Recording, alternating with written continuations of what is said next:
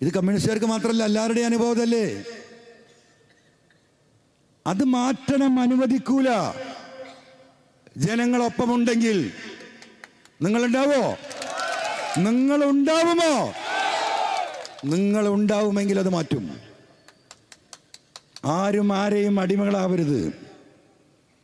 ഓരോരുത്തർക്കും ഓരോ രാഷ്ട്രീയമുണ്ട്. എനിക്കുമുണ്ട്, നിങ്ങൾക്കുമുണ്ട്. പക്ഷേ ആ രാഷ്ട്രീയം നന്മക്ക് വേണ്ടിയും നമുക്ക് വേണ്ടിയുമായിരിക്കണം. ഇന്നെന്താ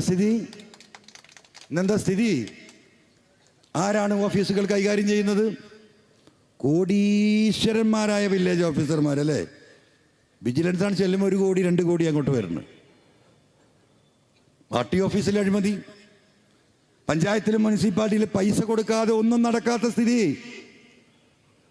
ഒരു ഇടതുപക്ഷ ഗവൺമെന്റിൽ ഇതുണ്ടാകാൻ പാടുണ്ടോ? മുമ്പ് ഉണ്ടായിട്ടുണ്ടോ?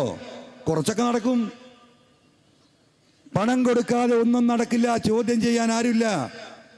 പാർട്ടി പ്രവർത്തകർക്കും സഖാക്കൾക്കും ലീഗുകാർക്കും കോൺഗ്രസ്സുകാർക്കും ഒന്നും പോയിട്ട് ഒരു കാര്യമില്ല. അപമാനപ്പെടുത്തി വിടും. അപമാനപ്പെടുത്തിയാൽ എന്താണ് പിന്നെ ചെയ്യുക? പാർട്ടിയിൽ ലീഡർഷിപ്പിനോട് പരാതി പറയും. എല്ലാ പാർട്ടിയും, ഞാൻ CPM എന്ന് മാത്രമല്ല. അതെന്താ വെച്ചാൽ ഏറ്റവും കൂടുതൽ ജനങ്ങളുമായി ബന്ധപ്പെട്ട് നിൽക്കുന്നത്, ഈ സാധാരണ ജനങ്ങളുടെ വിഷയത്തിൽ ഇടപെടുന്നത് കമ്മ്യൂണിസ്റ്റുകാരായതുകൊണ്ട് അവർക്ക് കൂടുതൽ കിട്ടും. ലീഗുകാരെയും കോൺഗ്രസ്സുകാരെയും ഒക്കെ സ്ഥിതി തന്നെയാണ്. അപമാനപ്പെടുത്തുമ്പോൾ എല്ലാം പോരും. പിന്നെന്താ? പിന്നെ വരെ സ്വാധീനിക്കണം. അതിനോ ബാക്ക് കൂടെ പൈസ കൊടുക്കും. എന്നോട് പറഞ്ഞൊരു DC മെമ്പർ പറഞ്ഞിട്ടുണ്ട്, എന്താ ചെയ്യുക, നമ്മൾ പാർട്ടിനോട് പറയും നിങ്ങൾ എന്തെങ്കിലും കൊടുത്തോന്നിട്ട് ഞാനൊന്ന് വിളിക്കാമെന്ന് പറയും.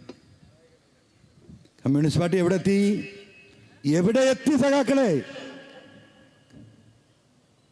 അപ്പോ ജനങ്ങൾക്ക് ഇടപെടാനുള്ള എല്ലാ വാതിലുകളും ജനലുകളും ഈ കേരള സംസ്ഥാനത്തിൽ കൊട്ടിയടച്ചു. ഈ ഗവൺമെന്റ് അതിന്റെ ദുരന്തം അനുഭവിക്കുന്നു. കേരളത്തിലെ ജനത കയ്യും കാലും വെട്ടേണ്ടവനെ വെട്ടണം. എൻ്റെത് വെട്ടിയിട്ടൊരു കാര്യമില്ല. മനസ്സിലായില്ലേ? ഞാൻ പറഞ്ഞുകൊണ്ടേയിരിക്കും, നിർത്താൻ ഉദ്ദേശിക്കുന്നില്ല. 1 മാസം കേരളം മുഴുവൻ നടന്ന് പറയാനാ തീരുമാനം. ആയുസ്സും ആരോഗ്യവും പടച്ചോൻ തന്നാൽ. അപ്പം ഞാൻ മിനിയാന്ന് നിസ്കരിക്കും എന്ന് പറഞ്ഞപ്പോൾ 5 നേരം നിസ്കരിക്കും എന്ന് പറഞ്ഞപ്പോൾ അങ്ങനെ നമ്മളെ അടുത്ത് അൻവറാക്ക അത് മാത്രം പറയില്ല കേട്ടോ, ഭയങ്കര പ്രശ്നമാണ്. 4 വഴിക്കും വിളി. ഇന്ന് രാവിലെ ഇപ്പം അവിടുന്ന് പോരുമ്പോഴൊക്കെ എന്നെ കാല് പിടിച്ച് വലിക്കുക. മിണ്ടിപ്പോകരുതേ ഇസ്ലാമേ. മനസ്സിലാവോ? അപ്പോ ഇതുപോലെയുള്ള ദുരന്തം, അരാജകത്വമാണ് ഇതിൻ്റെ പണി. ഇതിൻ്റെ ഫലം ജനങ്ങൾക്ക് ഇടപെടാൻ സാധിക്കാത്തതുകൊണ്ട്. ഈ മാമി കേസ് എന്താ തെളിയാത്തത്? 1 മാസം ഇന്നെ ഏൽപ്പിച്ചെന്ന് ഞാൻ തെളിയിച്ചത്. ഒറ്റ മാസം, 1 മാസം 15 ദിവസം കൊണ്ട് തെളിയിച്ചു കൊടുക്കുക. 2 പോലീസുകാരൻ്റെ കൂടെ വിട്ടാൽ മതി. അത് 4 ആളെ പിടിച്ച് 2 പറയുന്നില്ല, 13, 14 മാസം, 13ാമത്തെ മാസം കിടക്കുക. ഇപ്പോഴും അന്വേഷണം എവിടെ എത്തിയിട്ടില്ല.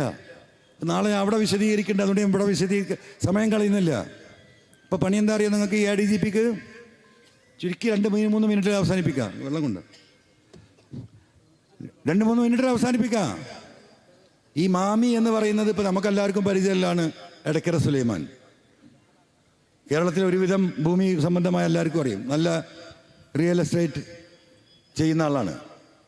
എടക്കര സുലൈമാനെയും കുറച്ചും കൂടി മേലെയാണ് മാമിക്ക് ഫിക്സഡ് ആയിട്ട് ഒരുപാട് മുതലാളിമാരുണ്ട് ഈ മലബാറിൽ. ഒക്കെ NRIസാ. ഏറ്റവും ചുരുങ്ങിയ കച്ചവടം ഒരു 2-3 കോടിയാണ്. അത് 100-50 കോടിക്ക് മേലെയും ചെയ്യുന്നുണ്ട്. എല്ലാവർക്കും ഈ ചങ്ങാതിയെ വിശ്വാസമാണ്. അപ്പോൾ മാമി പറഞ്ഞ അതാ വില.